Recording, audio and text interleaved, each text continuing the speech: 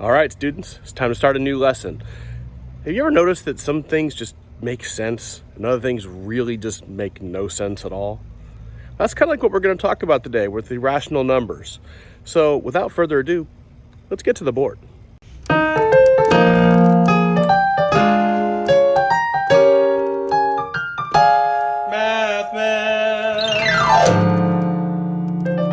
Irrational numbers. All right, students, so now that we're at the board, let's start looking at irrational numbers. First, we have a definition. An irrational number has a decimal that cannot be written as an equivalent fraction, and we learned about this in a previous lesson.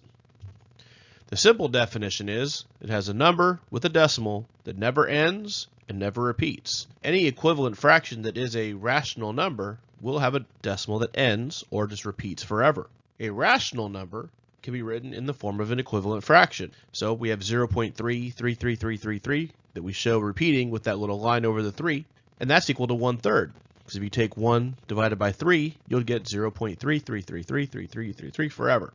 Same can be said of 0.75. 0.75 is really just 3/4, because if I take 3 divided by 4, I get 0.75 and it ends.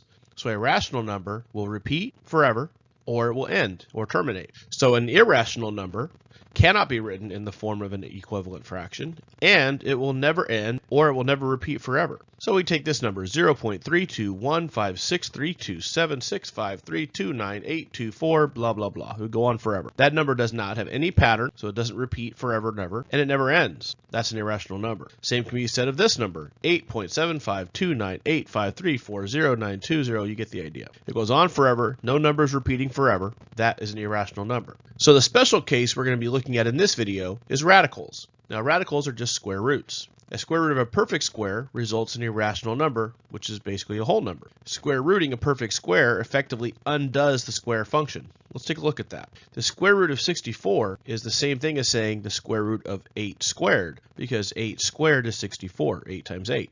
By doing this, you're effectively removing the square root and you're left with just 8. Pretty cool, right?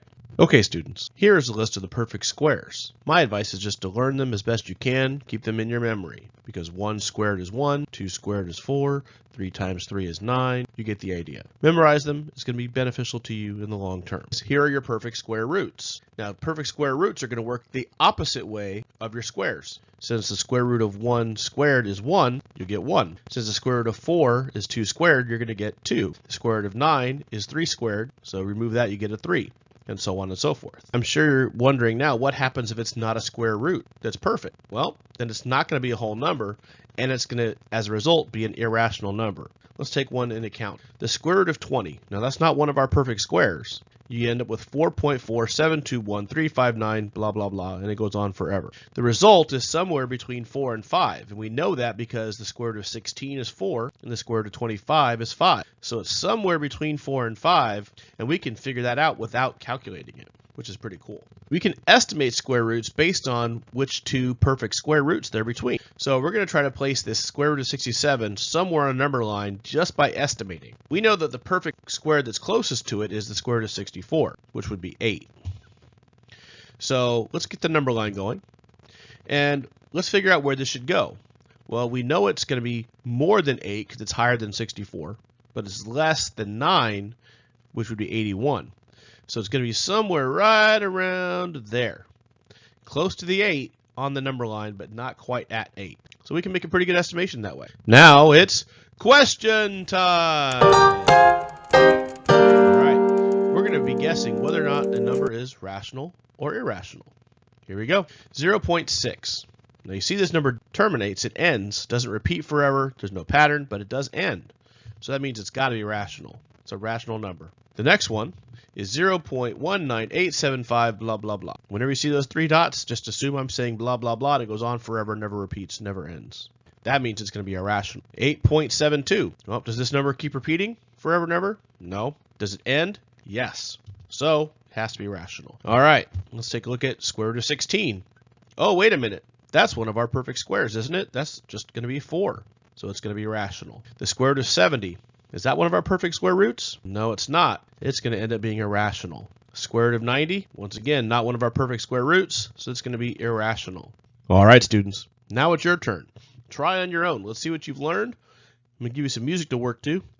Give it a shot. Good luck.